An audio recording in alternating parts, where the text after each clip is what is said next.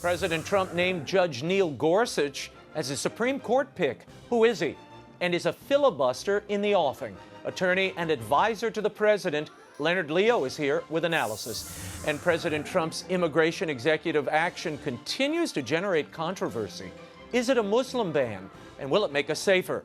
Deputy Assistant to the President and national security expert Dr. SEBASTIAN GORKA will explain. And finally, the Christian genocide continues in the Middle East. How will the U.S. President's orders affect them? Director of the Center for Religious Freedom, Nina SHEA, will tell us. The World Over begins right now.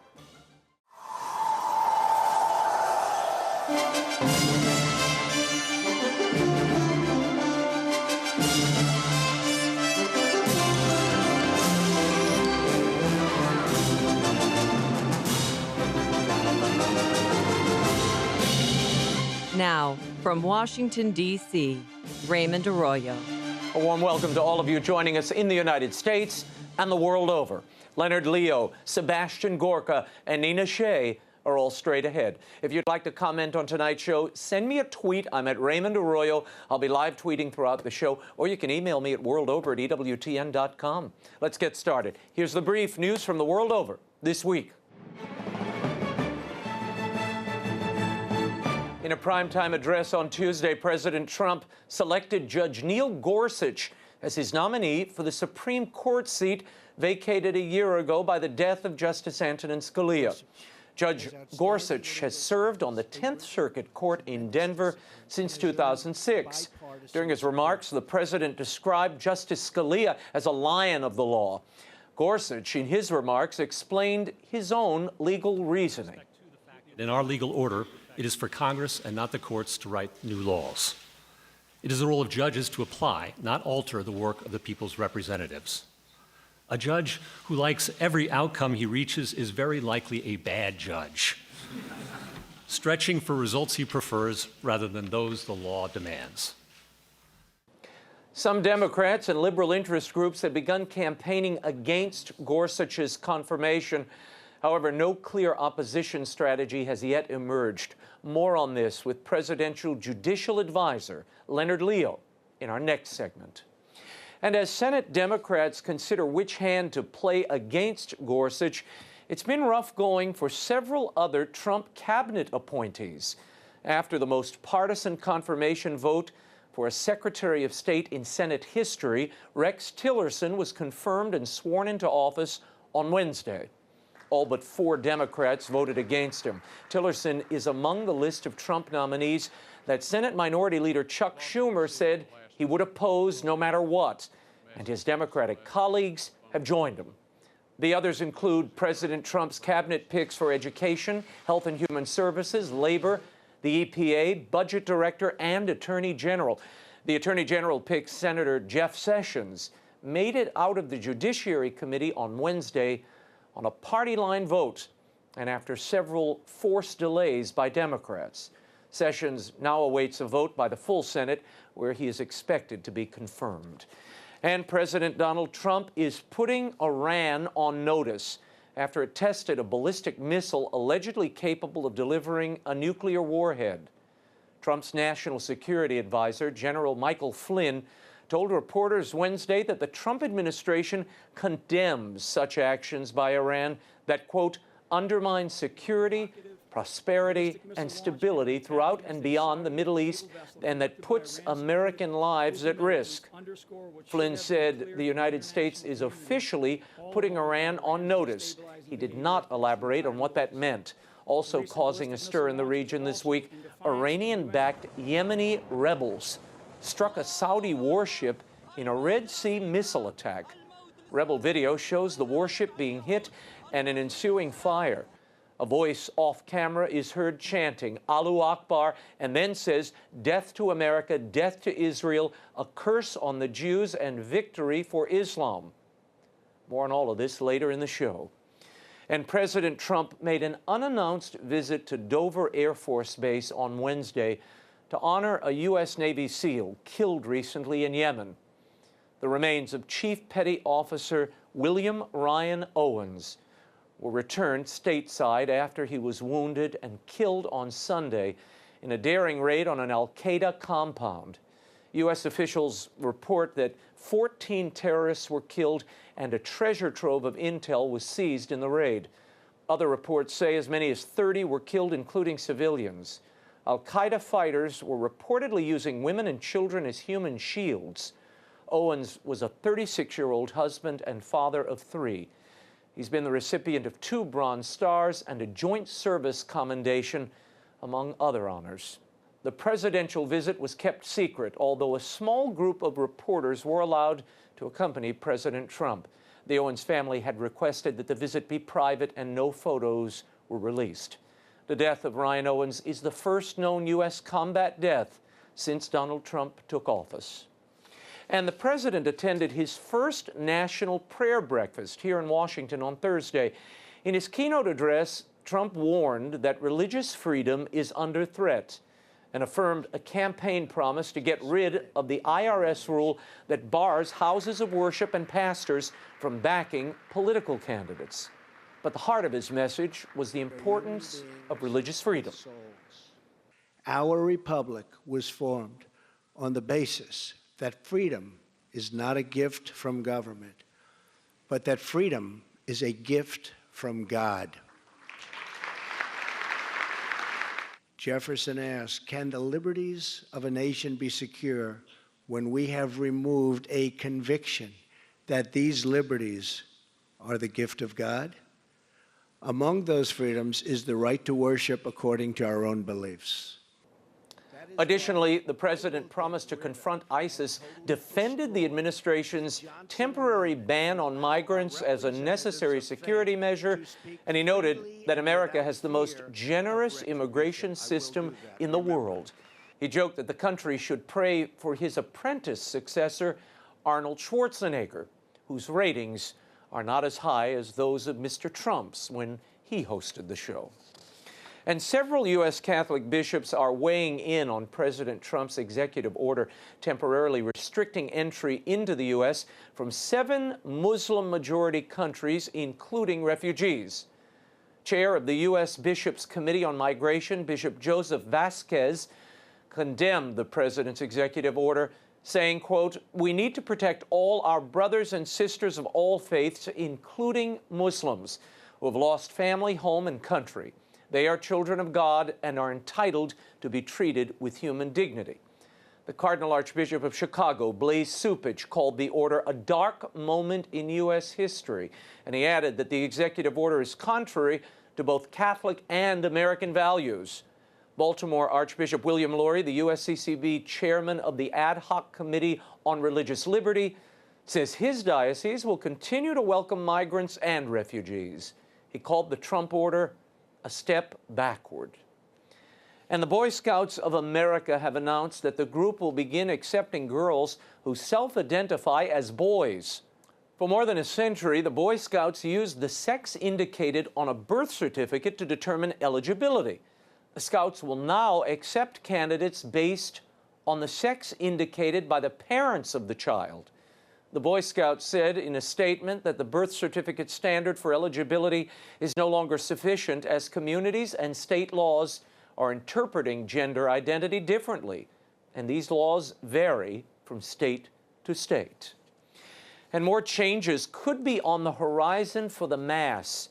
Pope Francis has formed a commission to review Liturgiam Authenticum, the 2001 Vatican document that called for liturgical translations to adhere closely to the Latin of the Roman Missal. Those translations were implemented a few years later by Pope Benedict and are now heard in churches all over the globe. However, according to America Magazine, Pope Francis wishes to give voice to bishops who are unhappy with the new translations for allegedly being, quote, too rigid, and instead favor a more creative interpretation of the Mass. English language bishops spent more than a decade belaboring every line of the Roman Missal, which was later approved by Pope Benedict. Pope Francis reportedly also wants to decentralize these decisions, giving greater authority to individual bishops' conferences to determine their own liturgical translations. And I have to share something with you. This came from a school teacher in Alabama. On Literary Character Day at his school, this student decided to dress as Will Wilder, the character in my book. This made my week. The sequel to the Will Wilder book for young readers, Will Wilder, The Lost Staff of Wonders, hits bookstores on March 7th, but you can pre-order it now at Amazon.com, EWTNRC.com, Barnes & Noble, and your local independent store. The first book, Will Wilder, The Relic of Perilous Falls, will be available in paperback as well as hardback on March 7th. If you pre-order the new book now and send me a receipt or a confirmation of your purchase, I'll send you a signed book plate and a limited edition bookmark. Email me at raymond@raymondarroyo.com for your signed book plate and bookmark. Write Will Wilder 2 in the subject line. You don't even have to dress up like him. Be sure to include your address, and we'll get those out to you. I've got to send that student a pith helmet. When we return, we'll take a close look at President Trump's nominee for the Supreme Court. Who is Judge Neil Gorsuch, and why was he chosen? Executive Vice President of the Federalist Society and advisor to the President, Leonard Leo, will tell us when The World Over continues. Stay right there.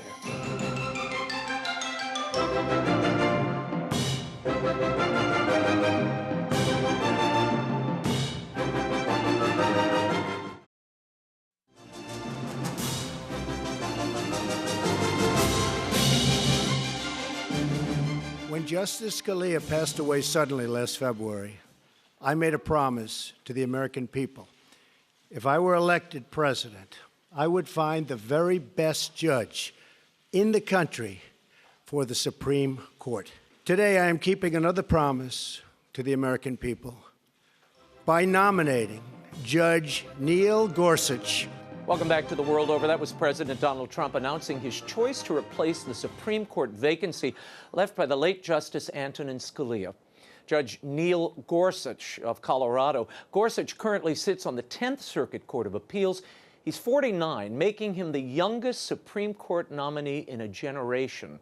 But what of his qualifications and judicial philosophy? Here to shed some light on all of this, as well as the process that led to the Gorsuch nomination, is attorney and Supreme Court advisor to President Trump, Mr. Leonard Leo. Welcome back to the show. Good to be here. Thanks for being here. Thank you very much. I want to start with this man who, seemingly on the surface, he's got an incredible career, an incredible group of rulings.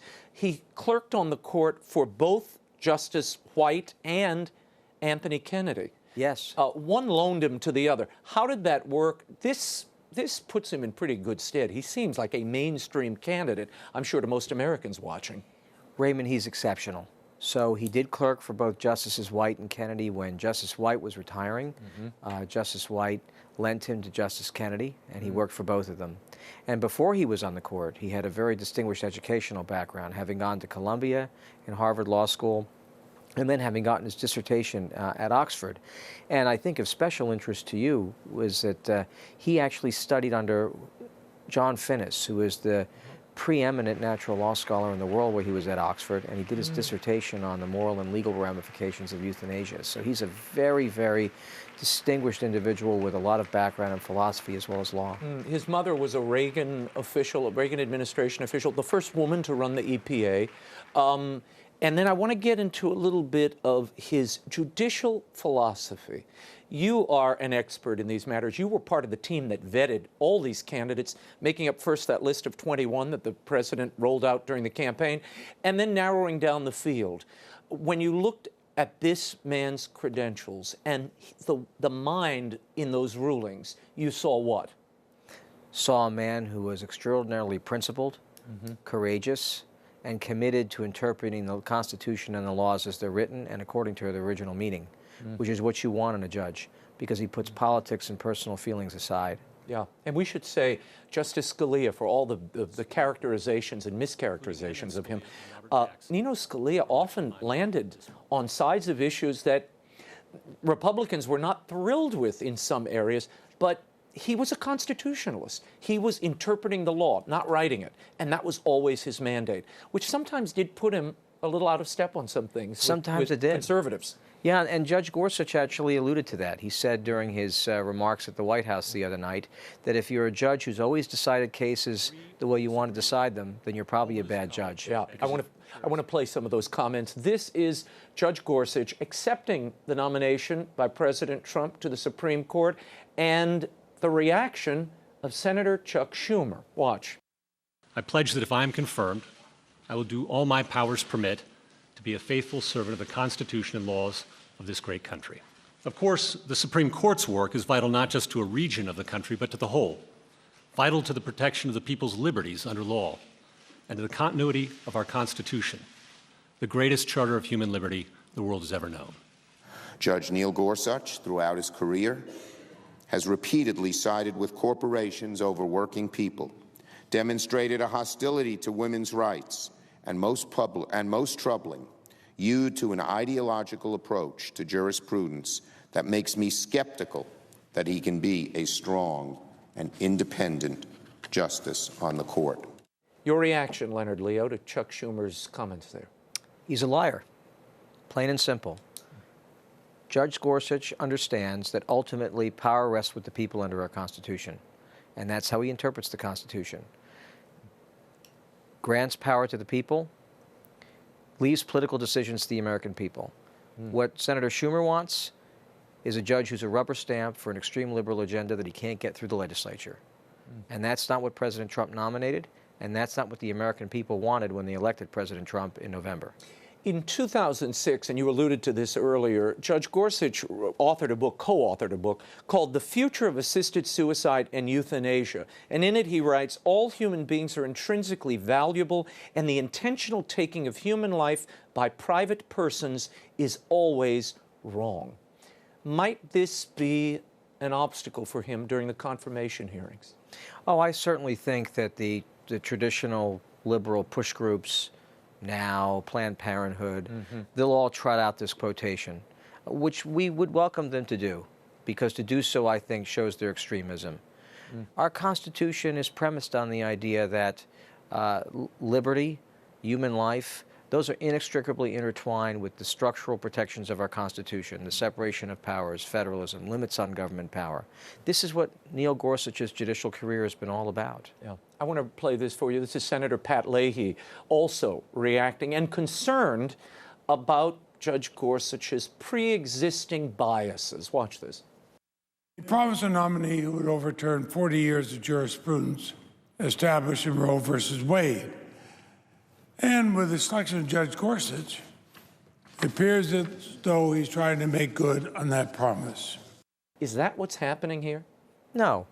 What Senator Leahy is referring to are opinions where Judge Gorsuch upheld religious freedom, the Hobby Lobby case and the Little Sisters of the Poor case. Those are not cases that deny women health care. Those are cases that provide very important conscience protections to the American people. And he was really on both, signed on to both those rulings in favor of Hobby Lobby and the Little Sisters. Yes, and the Supreme Court affirmed his position. Affirmed his position. He's an Episcopalian, which on this court makes him, in my eye, he's part of the religious balance, because we have all Catholics and Jews on the court right now. So how will that, do you think, play in this mix on the court? You're a student of these things. You know most of these justices. How do you think he would fit in? I think he's going to fit in great. You know, he's a very kind, collegial, gracious man. He actually knows several members of the court. A number of his law clerks have clerked on the court over the years. You know, religion doesn't play a very large role in, if any role at all, in the court's business. I mean, culturally, I think, you know, many of them are people of faith. And I think he'll get along very well with the Catholics as well as the Jews on the court. Let's talk for a moment about your role in this. You are the vice president of the Federalist Society. You decided to step away from it to help President Trump vet these candidates. He even referenced you in a talk not long ago. Leonard's helping us shape all these people. He was very gracious about it. You took a leave of absence. What was the president looking for? What qualities were you looking for as you vetted these candidates? Well, from the very beginning, when we first started talking in the spring of last year, the president made it very clear what he wanted. And he said it this way: extraordinary talent, respected by all, someone who is going to interpret the Constitution the way the framers meant it to be, someone who's going to go wherever the law takes him, and someone who is, quote, not weak. He understands that one of the biggest problems we have on the Supreme Court when decisions go down the wrong way is it's a lack of courage.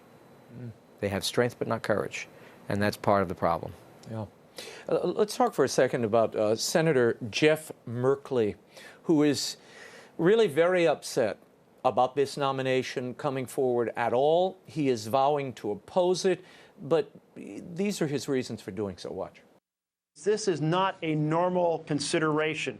This is a seat that was stolen from the former president, Obama. That's never been done in U.S. history before. To let this become normal just invites a complete partisan polarization of the court from here to eternity. An illegitimate and extreme nominee. He says this seat has been stolen by President Trump. Your reaction? Stolen. Stolen from who? Stolen from President Obama? Stolen from Senator Merkley? From Judge Garland? No. This seat is owned by the American people.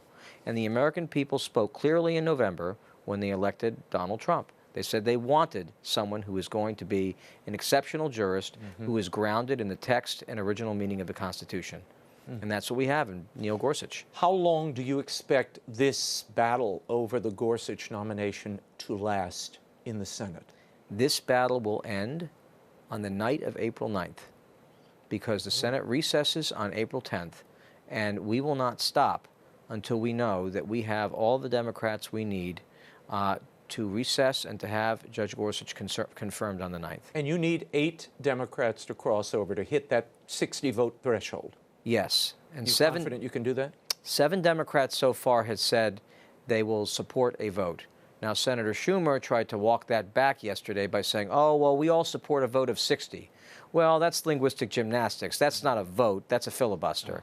And I'm not so sure those 10 red state Democrats from states where Mr. Trump won by very large margins are going to be very willing to stand behind the likes of Chuck Schumer and Dick Durbin when they're up for re-election in 18. Now, the president is telling Leader McConnell, go ahead and invoke the nuclear option if you have to. But to do so, you need Republican support. Susan Collins has already come out and said she would not support the nuclear option.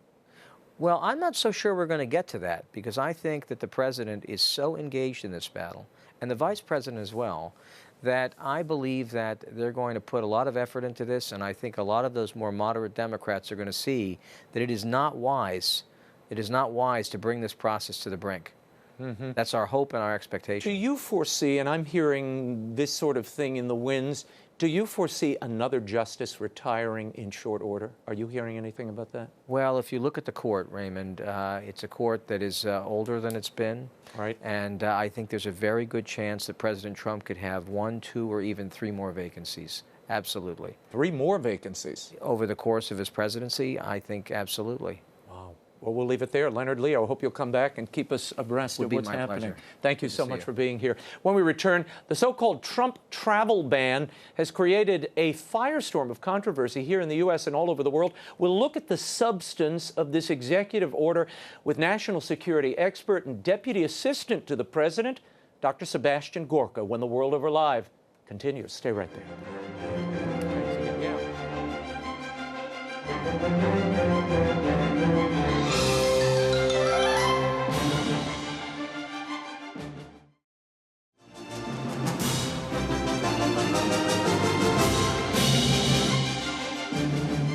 Our nation has the most generous immigration system in the world.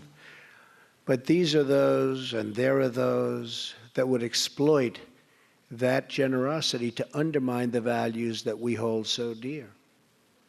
We need security. There are those who would seek to enter our country for the purpose of spreading violence or oppressing other people based upon their faith or their lifestyle. Not right. We will not allow a beachhead of intolerance to spread in our nation. Welcome back to The World Over. That was President Trump at the National Prayer Breakfast on Thursday. President Trump's executive order temporarily barring immigration from certain Middle Eastern countries has been the source of protest and controversy since it was issued. Critics are calling it a Muslim ban. while supporters say it means to identify and target extremist ideology and protect national security. Here to separate fact from fiction and what the order was designed to accomplish is terrorism expert and Deputy Assistant to the President, Dr. Sebastian Gorka. Welcome back to the show. Great to be back. Are you settling into the West Wing? If pinching yourself 20 times a day to try and decide whether you're dreaming or not is settling in, I'd say yes. You're getting there. Getting there. What was the intention of these executive orders? And there are two of them, one on immigration, one on refugees. What was the hope here in the West Wing? Basically, to remedy the broken system that we have inherited from the Obama administration. The fact is, we have a system that doesn't allow us to make sure that the individuals who are coming into our nation, especially from these 7 countries of greatest concern, have a value system that comports with ours and don't have connections potentially to jihadist groups. So simply, Raymond, to make Americans safer. Yeah, and to figure out where the holes are in the system. Right. I mean, it's a pause. It's not an extended ban on anybody. It's a temporary moratorium. Okay. Now, a judge, that said, 2 federal judges have temporarily blocked these executive orders. Is that an admission that there's a problem in the way they were drafted? No, it's an admission that there are politically motivated judges out there. One of them I know is an Obama appointee. So the fact is the law, the 1950s law that deals with immigration standards is explicit. It is the commander-in-chief's prerogative to decide who can come into America and measured against what standards can they be recognized as refugees or as immigrants. That is there's nothing constitutional about it. It is the executive's mandate. I want to play this for you. This is Senator Elizabeth Warren. I'm sure you haven't seen her running around the West Wing. This is her reaction to these executive orders. Watch. President Donald Trump issued an executive order that strikes at the very heart of our democracy. The ban that imposes religious tests and keeps refugees and immigrants from entering our country is illegal. Is this illegal? Absolutely not. Absolutely not. It has no religious test in it. I was about to ask you. She's insisting that this imposes a religious test. Does it? Can we just jettison the whole religious aspect of this executive order? The most absurd accusation has been that this is about Islam or is xenophobic. If this were about one religion, and specifically about Islam, how is it that the most populous Muslim nation in the world, Indonesia, is not one of the 7? Right. How is it that the most populous Arab Muslim nation, Egypt, is left out? Surely if that were the hidden agenda, then those nations would be included. Where did the Muslim ban thing come from? Where did that rhetoric? Yeah, we've been hearing that since last Friday. Oh, well, that's from the campaign. I mean, from the get-go. As soon as Donald Trump said there is a problem, remember, after 2 attacks in Paris, after Berlin, after the mowing down of 80-plus people in Nice, every time Donald Trump reacted and said, we are not going to have this happen in America, therefore we will have a temporary halt. That's where the accusations began, right?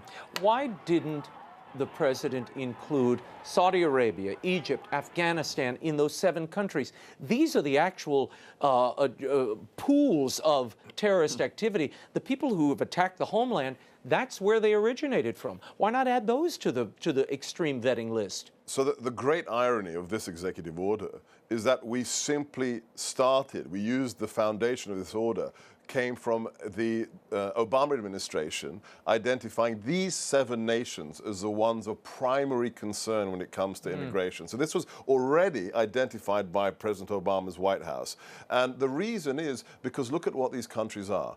Our primary concern is ISIS and Al-Qaeda. ISIS established their so-called caliphate in Iraq, in Syria, in Libya. So that's why those were included, because that's the primary danger. Then Al-Qaeda, that not enough people talk about. Al-Qaeda is still out there, Somalia, Yemen, Sudan, and of course the last one should be a surprise to nobody, Iran. Iran's been the greatest state sponsor of terrorism since 1979. So these are just the logical ones to start with. There may be others. It's in the prerogative of the president, and they focus on the primary threat today, ISIS and Al-Qaeda. Do you think other states will be added as the days go on? Some may be. That's up to the president. Some may be removed if we adequately reform the system, but that's up to him. I have to mention this. The Vatican this week had an editorial on the cover, front page of L'Osservatore Romano, and it said, "Closure isn't progress." Archbishop Blaise Cupich in Chicago said this is a dark day in American history, referencing these executive orders. Your reaction as a Catholic and as advisor to the president? I read those statements, and they conclude by focusing on human dignity, as the Church always should, made in the image of our Creator. And I ask about the human dignity of the dead, of the injured, from Brussels, from Berlin, from Nice, from Paris. We are taking these measures because of our desire to protect the population of the United States, and every nation, whether it's Vatican City or not, with their wonderful Swiss guards, has the absolute mandate to protect their citizens. And a wall. And I didn't even want to mention it. Yeah. A giant There is a big wall a big around. wall. I mean, just mentioning. Steny Hoyer, the Democratic whip, had this to say about these executive orders, and he raises a point that we hear a lot, and it seems on the surface to make sense. I want you to react. Instead of making us safer, this ban will aid ISIS both materially and as a potent recruitment tool. For those non-immigrants or non-refugees teetering on the edge of radicalization, both here in America or in Europe, this ban could very well be the tipping point. Will this be a radicalization tool, Sebastian Gorka? I find this perhaps the most absurd argument. We are facing a group that decapitates you because you have the wrong passport, that will burn you alive because you are an infidel, you are a kafir. The idea that any piece of paper signed by any president, Democrat or Republican, is somehow going to influence their worldview of you as an infidel or me as an infidel is just patently absurd. John McCain saying the same thing on Capitol Hill. No comment. I mean, really. I mean, these individuals have a worldview that is not colored by executive orders. It's colored by a 7th century atavistic interpretation of Islam. It's not, it has nothing to do with us. I mean, think about it. I mean, the first war that we had with jihadis was the Barbary pirates 200 years ago. So this isn't something that's just suddenly accrued or has to do with our support of Israel or this presidential decree. This is a religious war from the perspective of the jihadists. I want to shift to another executive order that got some attention, and it continues to be reported in some places, and it's about the National Security Council and the construction of it. In the executive order, Steve Bannon, the counselor to the president, is added as a permanent member of that National Security Council, and in the reportage, it says the Joint Chiefs of Staff and others have been relegated to a sort of ad hoc, come when your advice is needed role. Is this accurate, and what does it tell us about what the president intends? As an individual who was honored to work for months for General Flynn in the ramp-up to the inauguration on the transition team for the National Security Council, and who now works for Steve Bannon in his Strategic Initiatives group, I can tell you wholeheartedly again, I am just so amused by the things I read in the newspaper that bear no resemblance to what's happening inside the White House, are cut from whole cloth and are just completely fabricated. The fact is, what is Steve Bannon's title? He's the senior counselor, but his primary title is chief strategist. Now, the idea that the President of the United States, chief strategist, should not be on the National Security Council. Really? I mean, this is a man who's doing long-term strategic assessments and giving advice to the Commander-in-Chief. It's absolutely natural. The idea that anybody else has been relegated, no, the passage is clear. They will come when we are deliberating the issues that are relevant to them. If you're debating the next outbreak of bird flu, you don't necessarily need the chairman of the Joint Chiefs there. George Bush claims he never invited Karl Rove into those meetings because that would politicize national security and foreign affairs. Fair? I think Karl Rove was not Steve Bannon. He didn't have the same role that Steve Bannon had. Karl Rove was a political consultant, a political strategist, a person who was there to help package the presidency outward. Steve Bannon, in his blood, in his gene code, I've worked with him for 4 years, is a strategic thinker. He's not there to, spin. He's there to think about the long-term implications of X and Y. Let's talk about Iran for a moment. We mentioned it in our headline segment, this ballistic missile trial this week. And then General Flynn came out and said this. Recent Iranian actions involving a provocative ballistic missile launch and an attack against a Saudi naval vessel conducted by Iran-supported Houthi militants underscore what should have been clear to the international community all along about Iran's destabilizing behavior across the entire Middle East. As of today, we are officially putting Iran on notice. The National Security Advisor there, what does that mean, putting Iran on notice, Sebastian?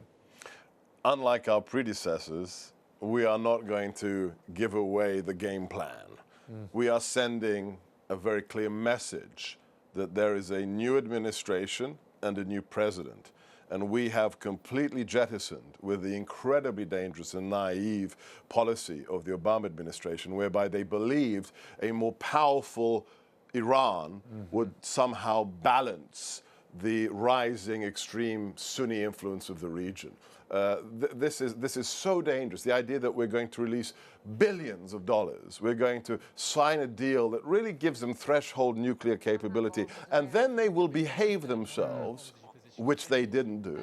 They continued their harassment. They launched this ballistic missile. No, that age is ended, and that's what General Flynn's speech was about. Before I let you go, there was a lot of reportage about this Australian call. The president spoke with the PM of Australia. It seemed their conversation focused on 1,200 or so refugees that the United States had agreed to take in.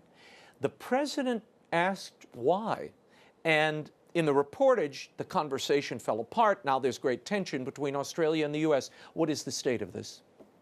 I would, again, say be careful with what you read in the newspapers. I wasn't in the room. It was Steve Bannon and General Flynn. A 20-minute call with the president is a pretty long call. That's a pretty good length call. But there is an issue here. A deal was made, an agreement was brought by the last administration. The president has decided to respect it, but there are still issues because, again, it's the question of who is coming. Have they been vetted? And more importantly, Raymond, can we vet them? Right. Well, that's the big question. I'm going to talk to Nina SHEA about that as well. I want your take on it. How do you vet some of these people who are coming here without papers? There's nothing but the clothes on their backs. Some of them have been in refugee camps for a year. Your thoughts? This is an issue that's very close to my heart. My parents were refugees. They escaped communist Hungary in 1956 across a minefield. What happened to them? They arrived in the same fashion. No documents, nothing, not a penny to their name. What happened? They were in a processing camp for weeks and weeks and weeks, not waiting there, not filling out papers, but undergoing strenuous interviews. In fact, you could really call them counterintelligence interrogations. Why?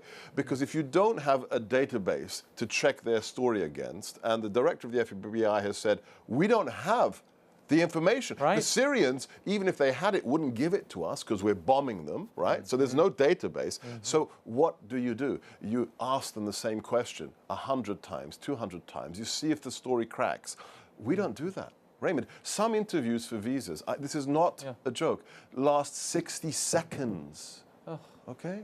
So we want to stop that.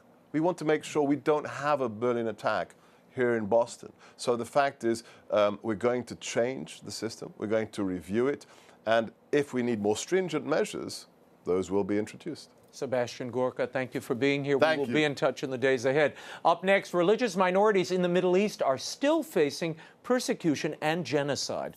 With the new administration in D.C., what should the U.S. be doing to protect those minorities overseas? Director of the Center for Religious Freedom, Nina SHEA, is here to tell us when the World Over Live continues. Stay with us.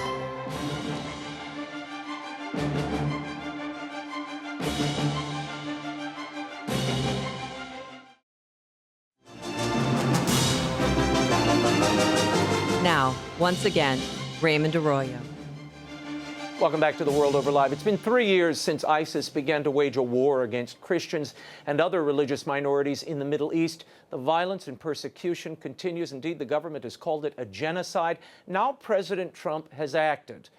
He's limited the number of refugees that can come into the country, with some exceptions. Here to analyze is director of the Center for Religious Freedom at the Hudson Institute, Nina Shea. Welcome back to the program. Great to be here. Thank you. I want to start with what you make of this new refugee executive order. Some are saying that by limiting the number of overall refugees that come into the country, you're ultimately limiting the number of Christians that will make it through the doors. You'd say what? Well, there were very few Christians coming from the genocide zones, and that's what I'm really focused on here, because genocide is the most egregious human rights violation in humankind.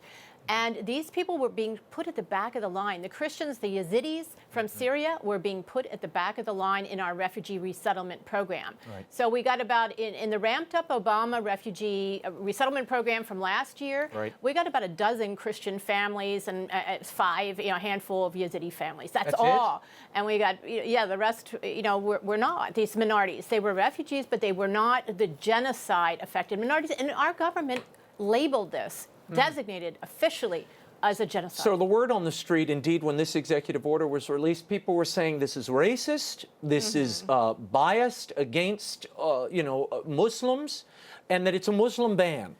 Raymond, it is, that is false. It is not bigotry to prioritize victims of genocide. For 70 years since the Jewish Holocaust, we've been saying never again must we let this genocide targeted minority fall through the cracks, and that's what's been going on.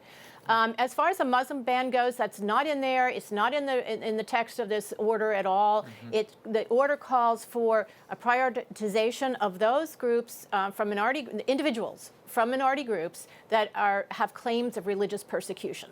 And this applies around the world. That could be Muslims as well in some regions. It could be the Rohingya Muslims in Burma. It could be the Ahmadiyya Muslims in Pakistan. I mean, it'll vary from country to country, maybe even some Muslim groups in Iraq. I want to play this for you. This is President Trump from the National Prayer Breakfast. Watch. We have seen peace-loving Muslims brutalized, victimized, murdered, and oppressed by ISIS killers. We have seen threats of extermination against the Jewish people.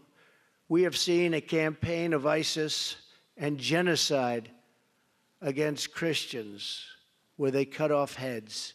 All nations have a moral obligation to speak out against such violence. All nations have a duty to work together to confront it, and to confront it viciously if we have to.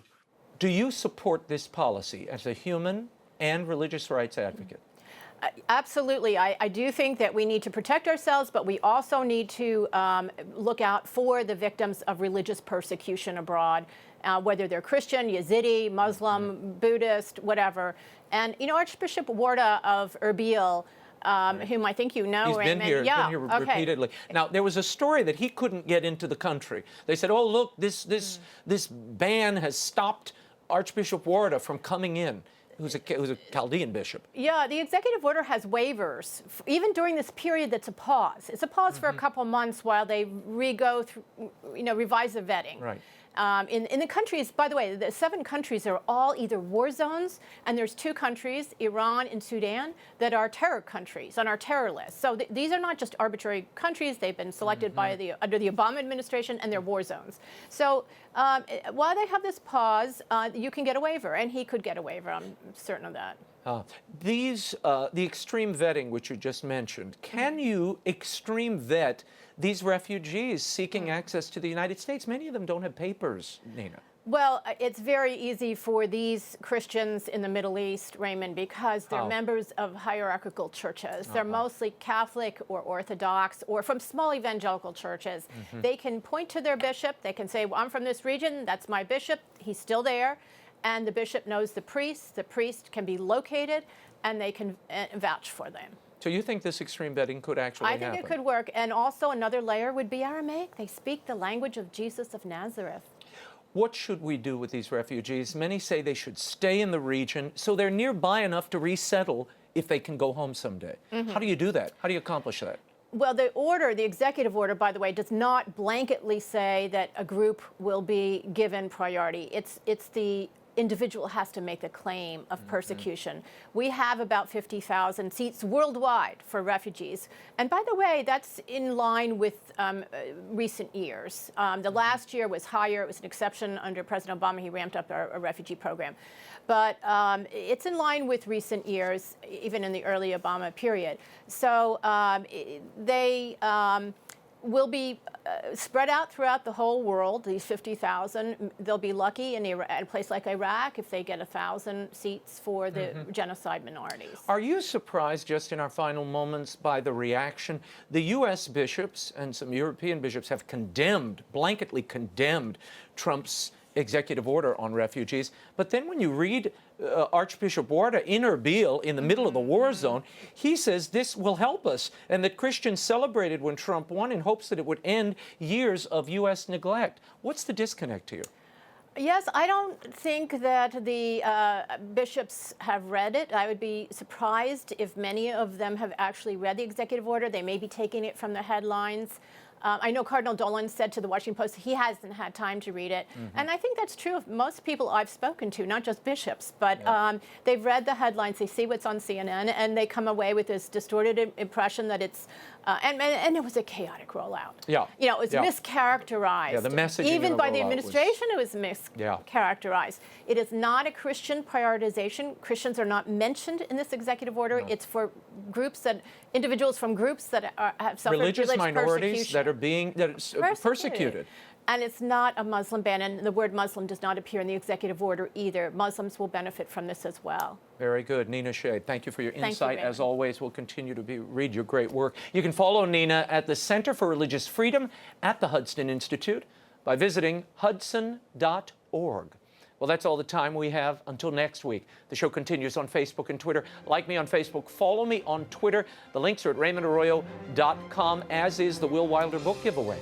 Be sure to tune in next week. I'll be talking with Newbery Award-winning author of the children's classic, Maniac Magee. That's not who's coming on. Jerry Spinelli will be here. He wrote Maniac Magee, and much more. Until then, we'll be scouting the world over for all that is seen and unseen. On behalf of the staff and crew of EWTN News, thank you for watching. I'm Raymond Arroyo from Washington, D.C. Bye now.